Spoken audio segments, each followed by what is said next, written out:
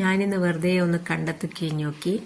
അപ്പോൾ ഇതാ മട്ടലെല്ലാം ആകെ ഉണങ്ങിപ്പോയി. താർപ്പായെല്ലാം കെട്ടിയ 2-3 ദിവസമെല്ലാം നല്ല മഴ. അങ്ങനെ ആ കയറ് കഴിച്ച് വേറൊരു പച്ച മട്ടലോട് കെട്ടി താർപ്പായെല്ലാം ഒന്ന് സെറ്റാക്കി വെക്കുമ്പോൾ ഞാനൊരു കാഴ്ച കണ്ടത്.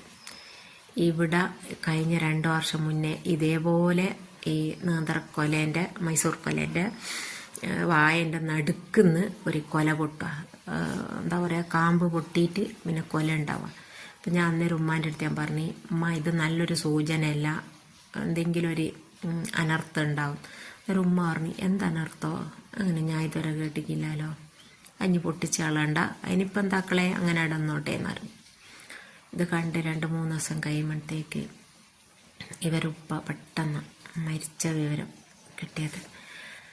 അപ്പോൾ ഇത് കണ്ടേരം ഞാൻ ഒട്ടും വെച്ചില്ല, പെട്ടെന്ന് കൊത്തി നുറുക്കി അടട്ടേച്ച്. അപ്പോൾ ഞാൻ അന്നേരം ഇങ്ങനെ വിചാരിക്കും, എൻ്റെ മക്കളെ അന്ന് ആ കണ്ടിട്ടുണ്ടെങ്കിൽ അത് അന്നേരം തന്നെ വെട്ടിയിടേനും, പിന്നെ ഒന്നും പറഞ്ഞിട്ട് കാര്യമില്ല, ആയുസിനെ പിടിച്ചേക്കാനായിരിക്കാവില്ലല്ലോ. ഇങ്ങനെ പൊതുവെ എല്ലാവരും പറയുന്ന കേട്ടിക്ക് ഞാൻ ആർക്കെങ്കിലും ഇങ്ങനെ ഒരു അനുഭവം ഉണ്ടെങ്കിൽ ഒന്ന് പറയണം കേട്ടോ. പിന്നെ ഞാനിതായി ചൂടെല്ലാം കെട്ടുന്ന ആ സമയത്ത് ഒരു നായ വന്നിട്ട് ബേക്ക് നിൽക്കുക.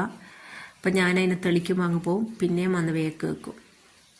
എനിക്ക് വലിയൊരു പേടിയൊന്നുമില്ല, കാരണം പെരാന്തം നായാണെങ്കിൽ നേരവും സമയവും നോക്കൂലല്ലോ, വേഗം വന്ന് മേലെ ചാടി കടിക്കുകയല്ലേ.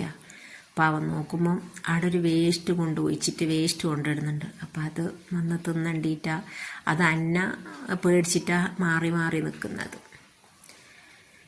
അപ്പോൾ ഇതാണ് ഇന്നത്തെ വിശേഷം. ഇങ്ങനത്തെ അനുഭവം ആർക്കെങ്കിലും ഉണ്ടെങ്കിൽ ഒന്ന് പറയണം കേട്ടോ.